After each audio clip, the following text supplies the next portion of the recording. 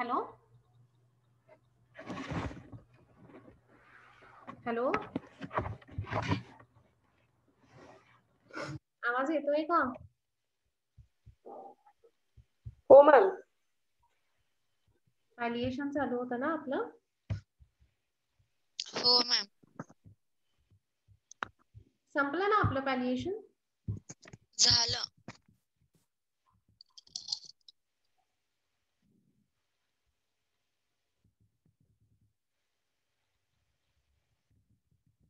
संपलं मॅम.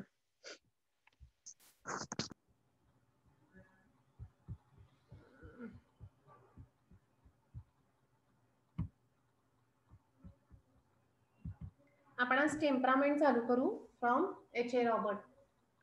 मी तुम्हाला सिलेबस पाठवलेला आहे, तो बघितला का तुम्ही?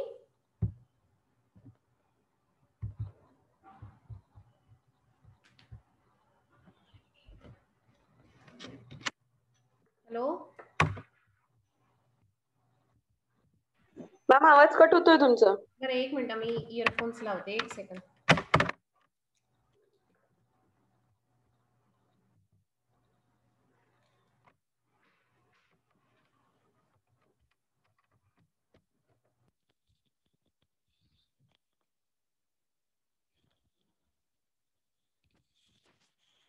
येतोय का आवाज आता? हो मॅम. मॅम. सिलेबस पाठवला होता मी, तो बघितला का तुम्ही? हो मॅम. फिलॉसॉफीचा पार्ट बघितला का त्याच्यातला?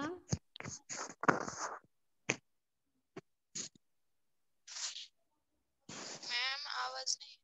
अरे, परत कसा आवाज नाही येते?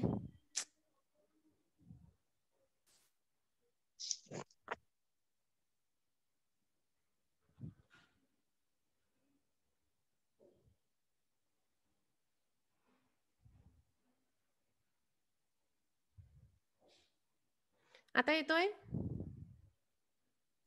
हो मॅम, येतो. Yes ma'am.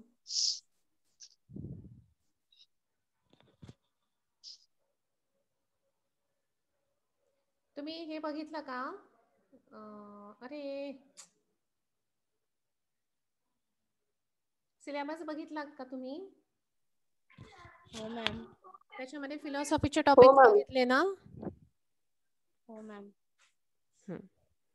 ठीक आहे. So today we will start with the another topic, that is the temperament from again H.A. Robert. आता हे जे टॉपिक्स आहेत ना, टेम्परामेंट, कॉन्स्टिट्यूशन, पॅलिएशन, सप्रेशन, हे सगळे 5 मार्काला येतात किंवा फार तर फार 10 मार्काला, 20 मार्काला साधारण याच्यावर प्रश्न नाही आहेत. आता हे सेकंड इयरमध्ये कितपत विचारतात, थर्ड इयरमध्ये किती विचारतात हे नाही सांगता येत, पण ठीक आहे. एक मिनिट हां.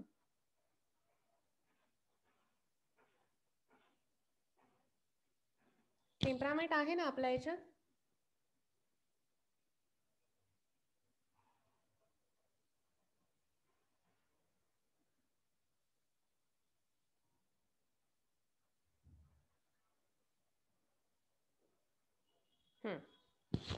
आहे. हो आहे मॅम. H.A. रॉबर्टचा हो. 3रा, 4था, 5वा, 6वा, 8वा, 9वा, 11वा, 17, 18, 19, 20 आहे. 11, 17, 18, 19, 20.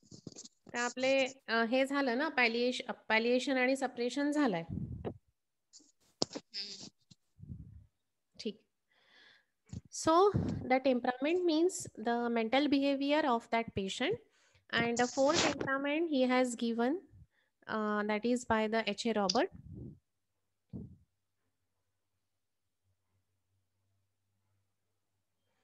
आता हे लक्षात कसे ठेवायचे? यांनी कोणते कोणते टेम्परामेंट सांगितले? तर 4 classical temperament was given by H.A. Robert, that is nervous, bilious, sanguineous and phlegmatic. आता हे 4ही लक्षात कसे ठेवायचे? तर BSNP. BSNL माहिती आहे सगळ्यांना? BSNLचं नेटवर्क असतं ना? हो मॅम. तसंच लक्षात ठेवायचं. BSNLच्या ऐवजी P म्हणायचं. BSNP. B for bilious, S for sanguineous, N for nervous आणि P फॉर फ्लेगमॅटिक. कळालं कसं लक्षात ठेवायचे? Yes, ma'am. हो मॅम. सो दीज 4 टेम्परामेंट्सचं यांचं यांनी एक्सप्लेनेशन दिलेलं आहे. बट त्याच्या आधी how these temperament develop that history is also given by H.A. Robert आणि याचं explanation that is enough for the 5 to 10 marks. आता एक एक वाचू आपण की ते कसं डेव्हलप होतं आणि what are the characteristics of nervous, bilious, sanguineous and phlegmatic. आता नर्वसचं याचं बेस्ट एक्झाम्पल येतं नक्स वोमिका. आता एक एक आपण एक्झाम्पल पण बघूया.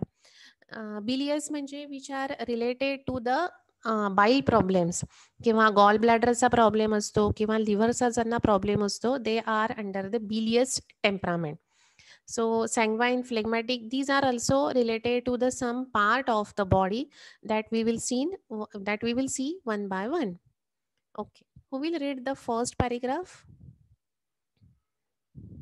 Vachu? What? In homeopathic instruction, there is frequent mention of temperaments. Especially do we consider temperaments in case taking and in prescribing. Perhaps it is wise to give some consideration to a definition of temperaments and just what weight this should have in taking the case and prescribing. Yes, thank you. So in the first paragraph, he has given ki what is the importance of that temperament. What is the temperament actually? That is the nature of that person. So that person may be the sanguine, may be the extrovert, he may be the optimistic, he may be the melancholic. ही आता आपल्याला H.A. रॉबर्टनी 4 सांगितलेले आहेत, पण बाकीच्या ऑथरनी बरेच temperament सांगितलेले आहेत. जसं choleric temperament is also there किंवा melancholic temperament is there. But when you are writing about the temperament by H.A. Robert आपण 4च सांगायचे. So sanguine temperament means that is a extrovert असतो, हा थोडासा ऑप्टिमिस्टिक असतो. किंवा फ्लेगमॅटिक जो आहे दॅट इज इंट्रोवर्ट असतो, पॅसिमिस्टिक असतो. Then nervous, always in a down mood. So these are the temperament which are helpful for the prescription of the homeopathic physician. So in the homeopathic instruction, there is a frequent mention of temperaments. Especially do we consider the temperaments in case taking and in prescribing. So when you are taking the case, त्याच्यामध्ये तुम्हाला कळेल आहे की patient खूप negative बोलतो आहे, patient खूप positive आहे त्याच्याविषयी, त्याच्या फ्युचरविषयी, त्याच्या डिसीजविषयी, or the patient is always melancholic आहे, सतत रडतच असतो, निगेटिव्हच बोलत असतो. सो पेशंट तुम्हाला सांगणार नाही आहे की I am the sanguine temperament. तर तुम्हाला during the case taking that you have to identify. And once you identify ki this is a bilious temperament or this is a nervous temperament, which will helpful in prescribing. So remedy differentiation मध्ये आपल्याला याचा उपयोग होतो. जसं आपण physical generals बरेच वेळा आपण रेमेडी डिफरन्सिएशन मध्ये वापरतो, तसंच कॉन्स्टिट्यूशन झालं, टेम्परामेंट झालं, these are again helpful in the remedy differentiation. कळतंय? Yes, ma'am. आता रेमेडी डिफरन्सिएशन म्हणजे काय? तर when we are doing the repetization of the case, the repertory will give you only 4 to 5 medicines that will not indicate a single medicine. तुम्ही जेव्हा repertorial totality form करता, when you are using the repertory, so that repertory will give you the 4 to 5 medicine, a group of medicine. From that medicine आपल्याला 5 medicine suppose आपल्याला रेपेटरीने दिल्या, arsenic दिलं, पोडोफायलम दिलं, nux vomica दिलं, नक्स मॉक्सेटा दिलं आणि ब्रायोनिया दिलं. सो ह्याच्यामधनं काही क्रॉनिक आहेत, काही ॲक्यूट आहेत. That is a different thing. पण आता याच्या आपल्याला सिलेक्ट कोणती करायची आहे? Because all are related medicines. तर ह्याच्यामध्ये मग आपण टेम्परामेंट, कॉन्स्टिट्यूशन आणि फिजिकल जनरल्स या 3 गोष्टींनी we can differentiate the medicine. कारण नक्स वोमिकाचे काही सिम्पटम्स आर्सेनिकमध्ये आहेत, आर्सेनिकचे काही सिम्पटम्स पल्सेटिलामध्ये आहेत, पल्सेटिलाचे काही सिम्पटम्स नक्स मॉक्सेटामध्ये आहेत. सो सपोज त्याचं टेम्परामेंट बिलियस टेम्परामेंट असेल, पेशंट जर का त्याला खरंच प्रॉब्लेम असेल लिव्हरचा, गॉल ब्लॅडरचा, त्याचे फिजिकल जनरल्स जर मॅच होत असेल तर we will select nux moschata. If the patient is irritable आहे, चिडचिडा आहे, थोडा डार्कनेस आहे आणि बाहेरचा खायची त्याला खूप सवय आहे, then we will select the nux vomica. किंवा कोल्ड फूडनी नेहमी ॲग्रिवेशन होत असेल, हायली प्रोस्ट्रेटेड असेल, वीकनेस असेल, तो we will select the arsenic. So depending upon the temperament, मग हा पॉईंट आपल्याला युजफुल होतो for the remedy differentiation. Perhaps it is wise give some consideration to a definition of temperaments and just what weight should have in taking the case and prescribing. So H. Robert म्हणतो की we should give the importance to the temperament in both the way, that is in the case taking and in the prescription, because this helpful in the selection of the medicine. Read, Urvi. There are 4 classical temperaments: nervous, bilious, sanguineous, phlegmatic. There are many combinations of these types, usually with one basic type predominating. Sometimes we find people who are very difficult to classify under any type, being a combination of several basic types. So they are the classical 4 types जे मी तुम्हाला आधी सांगितले, nervous, bilious, sanguineous and phlegmatic. BSNP लक्षात ठेवायचं ह्याला. There are many combinations of these type. जसं मी तुम्हाला आधी पण सांगितलं की जसं H. रॉबर्टनी 4 जरी दिलेले असले, but the patient who is the bilious may be melancholic. The person who is sanguineous may be nervous. So the combination may be there, and our medicines are also present in a single or in a combination way. Usually with the one basic type predominating. If that person is nervous, तर असं नाही आहे तो रडणारच नाही, तो रडेल आहे, पण basic प्रिडॉमिनेटिंग factor त्याचा आहे nervous. Sometimes we find a people who are very difficult to classify under any type, being a combination of several basic types. So sanguineous patient कधी कधी नर्वस होऊ शकतो, फ्लेग्मॅटिक पेशंट पण कधी कधी मेलनकॉलिक होऊ शकतो. सो तो म्हणतो की हे 4 प्रिडॉमिनेटिंग आहे, but they can be associated with the other symptoms or they can be associated with the other temperament. पण जेव्हा आपण थेरॉटिकल बघितलं तर आपण हे 4च लिहायचे. प्रॅक्टिकली आपल्याला बरेचसे टेम्परामेंट्स मिळतील, पण एक त्याचा बेस असतो, प्लस त्याच्यासोबत because of the certain situation, because of the certain condition, the patient may converted from one temperament to the another temperament. These temperaments are to a very large extent physiological, but besides the stature of the patient, the matter of temperaments implies coloring functional tendencies of circulation, elimination, respiration, and so on. So how these temperaments are classifying on the basis of the circulation. The patient is having the tendency of improper circulation, he will classify according to that temperament. If that person is having the improper elimination, improper respiration, so according to the pathological condition, we are classifying the person to that temperament. So त्याचं जे काही temperament आहे, जे आपण त्याला classify करणार आहोत, they are depend upon the circulation, elimination, respiration, म्हणजे आपल्या ज्या फिजिओलॉजिकल प्रोसेस आहे त्यानुसार आपण त्याला क्लासिफाय करणार आहोत. And at the same time mental and emotional characteristics, because we are also having the melancholic and the nervous temperament, की त्याच्यामध्ये मेंटल आणि इमोशनल टेंडन्सीज येतील. In reaction to environment and circumstance, the matter of temperament is closely allied with the basic dyscrasias, which we have discussed at a greater length. Our concern at this time is particularly in relation to the temperament, as it has been considered to an element in prescribing the homeopathic remedy. आपल्याला concern कशाची आहे? तर remedy selection करता. So this matter of temperament, it is very much related to the disease. Bilious temperament जर का असेल, त्याला पहिल्यापासूनच बाईल किंवा बाईल लिव्हरचा किंवा गॉल ब्लॅडरचा जर का काही प्रॉब्लेम असेल, so that we will classify into the bilious temperament. आणि एकदा का आपल्याला बिलियस टेम्परामेंट मिळालं, so it is very easy to us to find out the remedy. So our concern काय आहे? The we are relating this temperament to that of the remedy. ठीक आहे? Yes, ma'am. So psychophysical things we are considering while we are classifying the temperament. आणि हा जो temperament जो word आहे ना, इट इज लॅटिन वर्ड, आणि हा घेतलेला आहे टेम्पायर पासून, which means the temper. Temper म्हणजे त्याचं नेचर कसं आहे किंवा त्याचा स्वभाव कसा आहे. पण नुसतं आपण स्वभाव याच्यामध्ये कन्सिडर करत नाही, तर we are considering the physical characteristics also.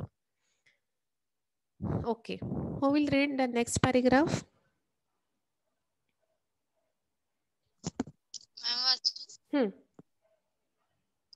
It has been said that the temperaments are cast in the very beginning of the new individual.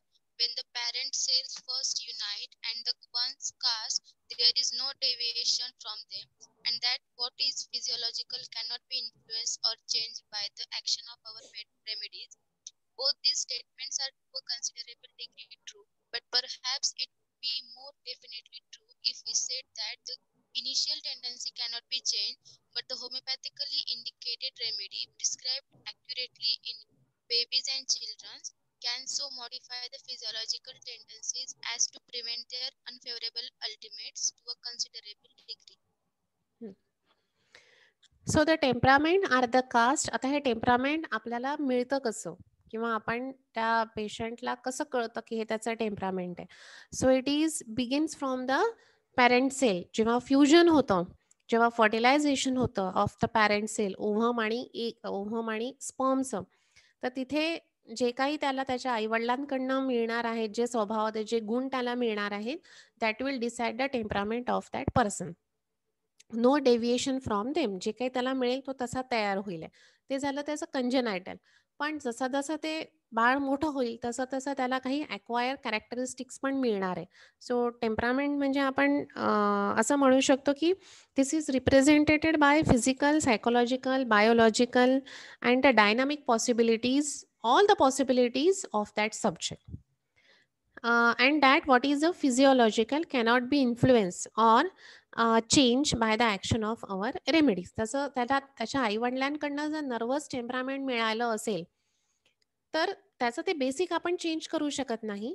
But if some problem arises because of this nervous temperament किंवा if the problem arises because of the bilious temperament which he got from his parent, so that complications we can decrease. पण त्याचं temperament आपण change नाही करू शकत. तो जर का खूप मेलन्कॉलिक असेल तर आपण त्याच्या काही कंडिशन्स अवॉइड करू शकतो. त्याचं रडणं आपण थोडं त्याची इंटेन्सिटी आपण कमी करू शकतो. पण basic temperament we cannot change because it forms when there is a fusion of ovum and a sperm. Both these statements are to be considerable degree true, but perhaps it would be more definitely true if we say that the initial tendency cannot be changed, but that the homeopathically indicated remedy prescribed accurately in babies and children can so modify the physiological tendencies as to prevent their unfavorable ultimates to a considerable degree. जसं मी तुम्हाला आत्ताच सांगितलं की ज्याचं जे काही basic आहे ते आपण चेंज नाही करू शकत, पण त्याच्यामध्ये त्यांनी दुसरा पण एक ऑप्शन दिला आहे एच रॉबर्टनी की if you are giving the proper medicine to the children or the baby at the small age, so at some extent we can change the physiological tendency so that त्याच्या पुढच्या आयुष्यात त्याला तेवढे unfavourable त्याला अल्टिमेट्स face करावे लागणार नाही. Considerable डिग्रीमध्ये त्याला त्रास होईल. आता सपोज आपण याचं एक्झाम्पल घ्यायचं राहिलं तर बिलियस टेम्परामेंट समजा आपण घेतलं. सो द बिलियस टेम्परामेंटमध्ये आपण याचे पुढे कॅरेक्टरिस्टिक बघू की that which are having a tendency for the liver disorder. The patient is active असतो, ऑप्टिमिस्टिक असतो. The patient is having the pigmentation on their body. The patient may have the slow pulse. The patient may have the strong appetite for anything. त्याच्यानंतर ह्याच्यामध्ये हायड्रोजिनाइड constitution असतं. The patient may have the rheumatic complaints. हे suppose आपल्याला आधी लक्षात आलं when that चाइल्डहुडमध्ये समजा आपल्याला लक्षात आलं बाय द एक्सपिरियन्स म्हणा किंवा by the proper observation, by unprejudicedness. If you तुम्हाला एक कळालं ऑब्झर्वेशन की that person is under the bilious temperament आणि लहानपणापासूनच किंवा अगदी जेव्हा ते तुमच्याकडे आले काही कंप्लेंट घेऊन and if you have that diagnosis की बिलियस आहे, ॲट दॅट टाइम सपोज तुम्ही त्याला मेडिसिन चालू केली, अँटीसोरिक मेडिसिन किंवा त्या टेम्परामेंटच्या नुसार तुम्ही जर मेडिसिन चालू केली तर in the further life that baby may not have the much more complications which are related to the liver or which are related to the rheumatism.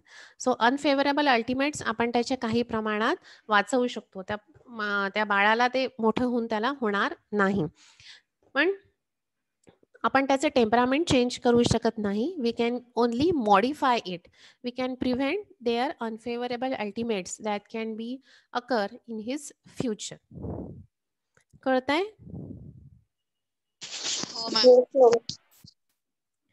The morbific influences that are attracted to the temperament tendencies are amenable to treatment and can be removed by the homeopathic remedy. परत त्यांनी तेच सांगितलंय, जे काय tendencies येतील, जे काय dyscrasias येतील because of the temperament, that we can remove easily by the homeopathic remedy. This is itself greatly preventive of the dangers arising temperamental weakness. The homeopathic prescription is often based by the temperament to the extent that certain temperaments bring out the certain symptom picture much more readily than do other temperaments. आता जे पटकन आपल्याला दिसतात ते 4 त्यांनी इथे घेतलेले आहे. For instance, somebody please read this phlegmatic type. Mummy वाचू? हा, वाच. For instance, the phlegmatic type is essentially sluggish in a reaction.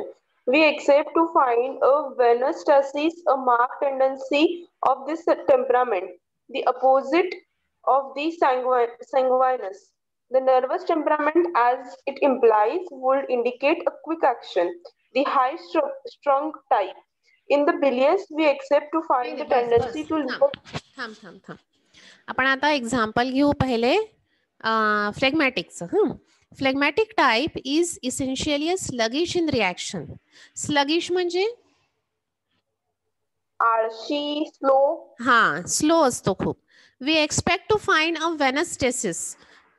वेनस्टेसिस माहितीये तुम्हाला?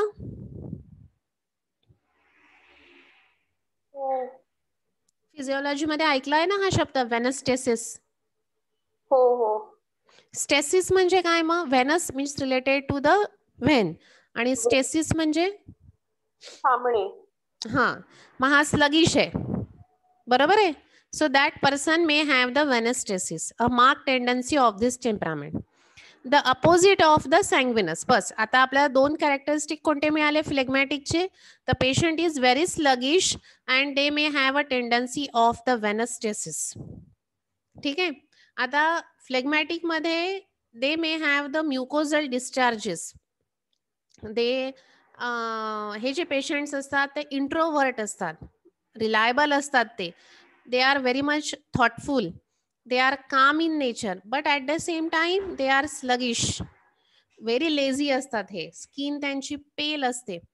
वेनस्टेसिस जे आहे हे आपल्याला याच्यामध्ये जास्त मिळतं आणि याचं बेस्ट एक्झाम्पल जर का आपण घेतलं, so that is the pulsatilla. इथे त्यांनी पुढे आपल्याला दिलेलं आहे पल्सेटिलाचं.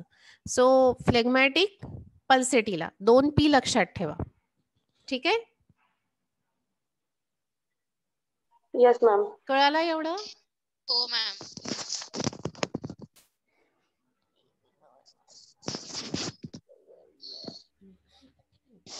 चला किती येते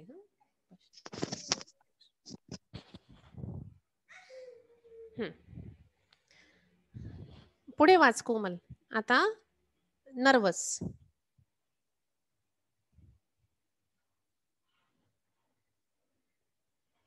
hello. Hello ma'am. Yes. Yes, ma'am. Phlegmatic समजलं ना? हो ma'am.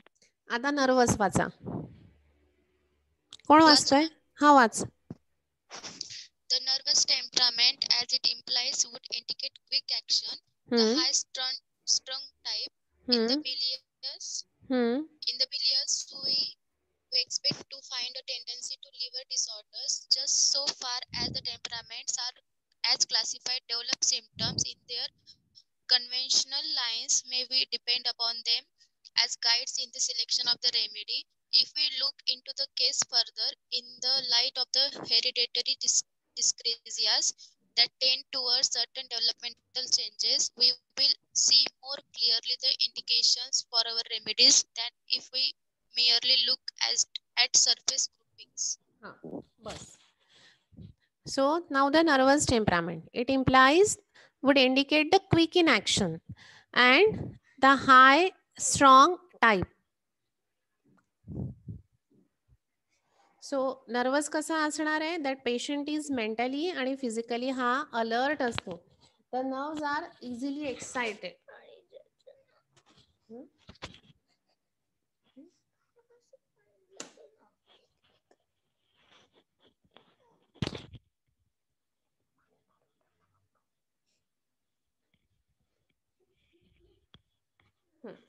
So that person is very quick in action. Excited असतो हा मेंटली पण क्विक असतो and that's why he is taking the quick decision. Rapid decision हा पर्सन नेहमी घेत असतो. But at the same time that person is impatient. कारण rapid decision त्याला घ्यायची सवय असते. तर कोणत्याही गोष्टीला वेट अँड वॉच न करता किंवा पेशन्स जरा कमी असल्यामुळे that patient is we can called it as a impatient. He is very hurry in nature किंवा आपण त्याला हायपोकॉन्ड्रिक शिकलोय ना आपण केस टेकिंगमध्ये. So that person is hypochondriac. Agitated म्हणजे खूप पटकन असं त्याला करायची सवय असते. And the best example of the nervous temperament is the nux भूमिका. कळालं? Yes, ma'am. The next is the bilious temperament. हे बिलियस झालं आपलं ना. In the bilious we expect to find a tendency to liver disorder. नाही bilious राहिलाय आपला, मी तुम्हाला आधी फक्त सांगितलं होतं ना. सो बिलियस मध्ये as the word indicate, bilious म्हणजे which is related to the bile.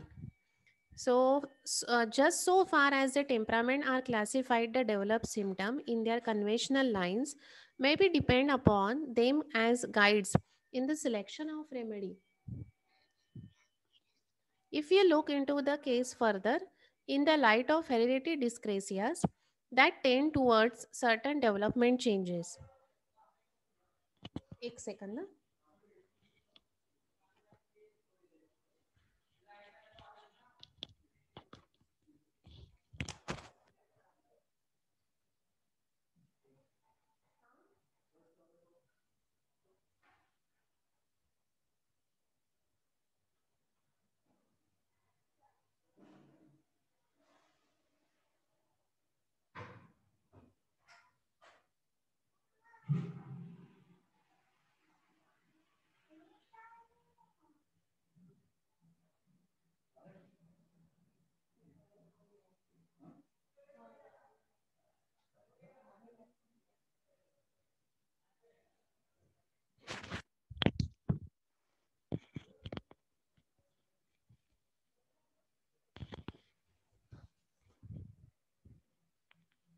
If we look into the case further in the light of hereditary dyscrasias that tend towards a certain developmental changes, we will see more clearly the indication of our remedies than if we merely look at the surface grouping.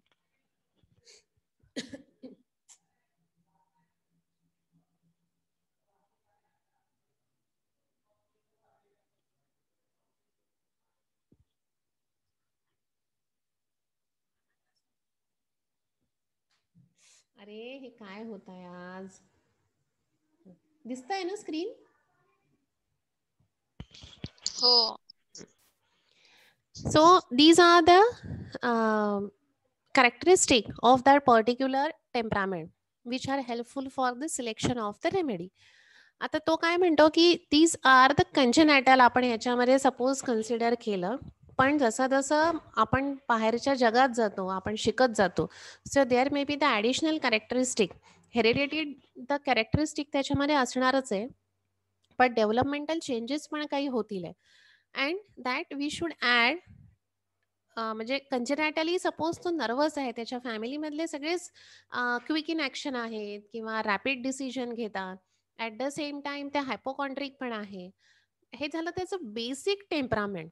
But when that person goes out, when he face the external world, तर त्याच्यामध्ये त्याला परत त्याचे काही characteristic add होतील आहे. ही may बी slight emotional होईल तो, किंवा तेवढं क्विक डिसिजन तो घेणार नाही, किंवा तो जास्त हरीड अँड वरीड होईल पहिलेच्या जनरेशनपेक्षा. सो स्लाईट चेंजेस त्याच्यामध्ये होतील, that he define as a developmental changes. So त्याचं फिक्स तर नर्वस राहील, पण सोबत तुम्ही त्याला मेलन्कोलिक पण करू शकता, किंवा सोबत त्याला बिलियस सपोज काही त्रास झाले तर तुम्ही 2 टेम्परामेंट सुद्धा कंजॉईन करून you can find out the medicine. So म्हणून इथे त्यांनी काय म्हटलंय, we will see clearly the indication of our remedies than we merely look at the surface groupings. Suppose असं ग्रुप जर तुम्हाला मिळाला दोन्ही कॉम्बिनेशनच्या टेम्परामेंटचा, so that will be better for you for the selection of, म्हणजे ज्या मेडिसिनमध्ये तुमचा पेशंटमध्ये सारखा 2 टेम्परामेंट आहेत, तर मेडिसिन पण तुम्हाला 2 टेम्परामेंटचे मिळणार आहे. सिंगल याच्यावर पण मिळणार आणि कॉम्बिनेशनमध्ये पण तुम्हाला तशी मेडिसिन फाइंड आउट करावी लागेल, आणि तशी आपल्याला आहे, तशा बऱ्याचशा मेडिसिन्स आहेत की which are having the combination of the temperament. So कोणते कोणते टेम्परामेंट बघितले आपण? फ्लेगमॅटिक बघितलं, which is sluggish in reaction. दुसरा आपण नर्वस बघितलं, त्याच्या opposite who is having the quick in action. आणि त्याच्यानंतर आपण बिलियस बघितलं, who is having a tendency of the liver disorder. कळले तिन्ही पण? मॅम बोला. हॅलो. बोल ना. हा मॅम, इथे फ्लेगमॅटिकच्या अपोजिट सॅंग्वाइन सांगितलंय. पण सॅंग्वाइनचे आपल्याला त्यांनी ना अजून कॅरेक्टरिस्टिक दिलेले नाहीयेत. अच्छा अच्छा, बरोबर आहे ना. सॅंग्वाइन पेशंट जो असतो तो टॉकेटिव्ह असतो. आता एक मिनिट, हा फ्लेगमॅटिकच्या अपोजिट सॅंग्वाइन दिलाय ना आपल्याला. तर आपण सॅंग्वाइन फ्लेगमॅटिक कसं घेतलं होतं आपण? स्लगिश घेतलं होतं. ठीक आहे. तर सॅंग्वाइन जो पेशंट आहे, ऐकू येत आहे का? हो हो हो मॅम. हा असतो स्लगिश. तर पण सॅंग्वाइन पेशंट जो आहे तो टॉकेटिव्ह असतो. सगळ्या everything that is easy going घेतो तो. That person are having the diseases which are related to the blood or which are related to the vascular abnormalities. The person generally त्याचा सोरिक मायझम असतो, आणि त्याचे कॅरेक्टरिस्टिक न देता त्यांनी त्याला अपोजिट म्हटलंय. तर हे त्याचे कॅरेक्टरिस्टिक आहे की फ्लेगमॅटिक स्लगिश असतो, तर सॅंग्वाइन त्याच्या इतका स्लगिश नसतो. हा थोडासा त्याच्यापेक्षा फास्ट असतो. जर फ्लॅगमॅटिकला जर व्हेनस टेसिसचा प्रॉब्लेम होत असेल, तर ह्याला कशाचा प्रॉब्लेम होतो? तर ब्लड रिलेटेड प्रॉब्लेम, म्हणजे काय म्हणतात त्याला, व्हॅस्क्युलर ॲबनॉर्मॅलिटीज असतात ह्याला पण त्याच्यामध्ये फरक असा आहे की ह्याचा स्लगिशनेसमुळे प्रॉब्लेम होतो, तर ह्याला स्लगिशनेसमुळे प्रॉब्लेम होत नाही सॅंग्वाइनला. तर ह्याला जो प्रॉब्लेम होतो it is because of the moist weather किंवा because of the hot weather किंवा डॅम्प वेदरमुळे सॅंग्वाइन कंडिशन येते. So sanguine word which is related to the blood. कळतंय? Yes ma'am.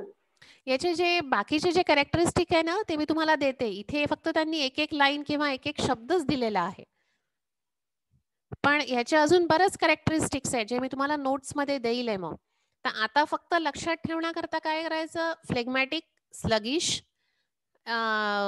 व्हेनस टेसिस होतो त्याच्यामध्ये. नर्वस आपल्याला नक्सोमिका लक्षात ठेवायचा. त्याच्यानंतर बिलियस मध्ये which are having the liver disorder, आणि सॅंग्वाइन म्हणजे which are having the blood disorder. एवढे 4च त्यांनी फक्त हेडिंग दिलेले आहेत. कळताय का? Yes ma'am. मग आता नर्वसचं एक्झाम्पल लक्षात ठेवायचं असेल तर नक्सोमिका लक्षात ठेवायचं. त्याच्यानंतर फ्लेगमॅटिकचं असेल तर पल्सेटीला लक्षात ठेवायचं. सॅंग्वाइन टेम्परामेंट जे असेल तर ब्लड रिलेटेड जे आहेत, जसं कॅक्टस आहे, सिलेशिया आहे किंवा ॲकोनाइट आहे, या मेडिसिन्स लक्षात ठेवायच्या. आणि एक कोणता राहिला आता? हेलो बोला. मैम, आवाज बहुत ब्रेक हो रही है. ए यार ऐसा मत बोलो ना. मॅम खरंच ब्रेक मॅम खरंच होतोय. तर काय करू मी? माझं तर सगळं ठीक आहे. Network is okay. I am having the earphones. All the things are okay from my side.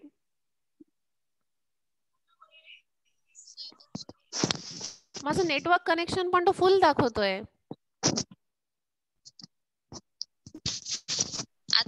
नीट. आता येतोय, मगाशी कट होत होता, मध्ये मध्ये कट होतोय. बरं, मग तुम्हाला एक्झाम्पल्स ऐकू आलेत की नाही प्रत्येक टेम्परामेंटचे? ह्याचे नाही कळाले. फक्त नर्वसचं कळालं. नर्वसचं काय एक्झाम्पल घ्याल? Hello.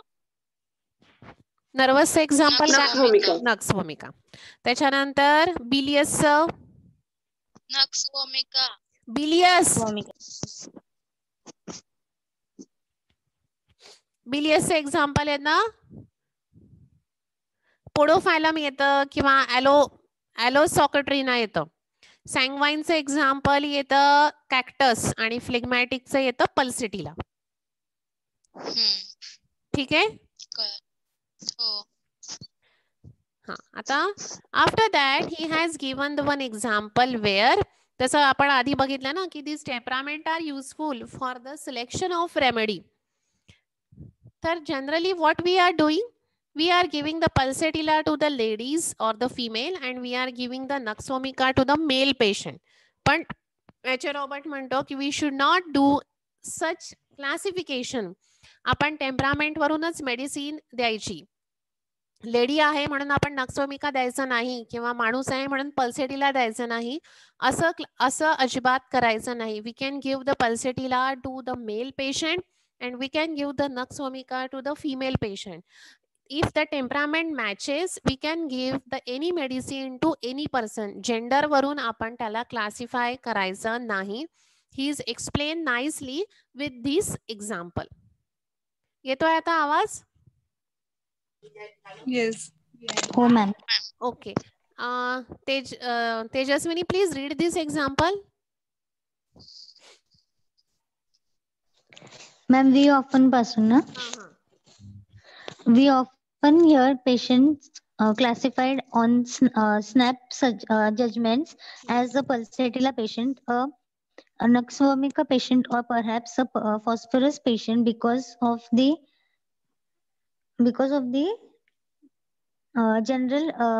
general build and coloring associated with these remedies. Many mistakes have been made in prescribing on this so-called type method. Let us analyze the reasons we have for considering a phlegmatic blonde woman as a pulsatilla patient. Do we mean that this coloring always indicates pulsatilla? Do we mean that the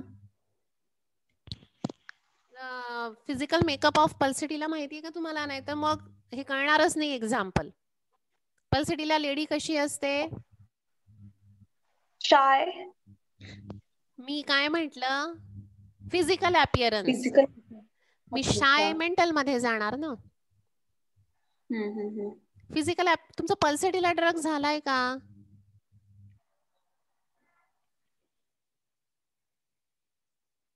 Have you completed pulsatilla medicine from your materia medica?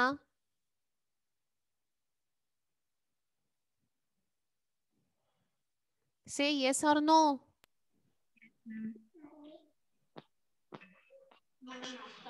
झालाय का? झाला असेल तर सांगा, नसेल झालं तर मी सांगते मग त्याचं फिजिकल कॉन्स्टिट्यूशन. फिजिकल मेकअप मी सांगते. पल्सटिला लेडी कशी ओळखायची तर. झालाय का पल्सटिला?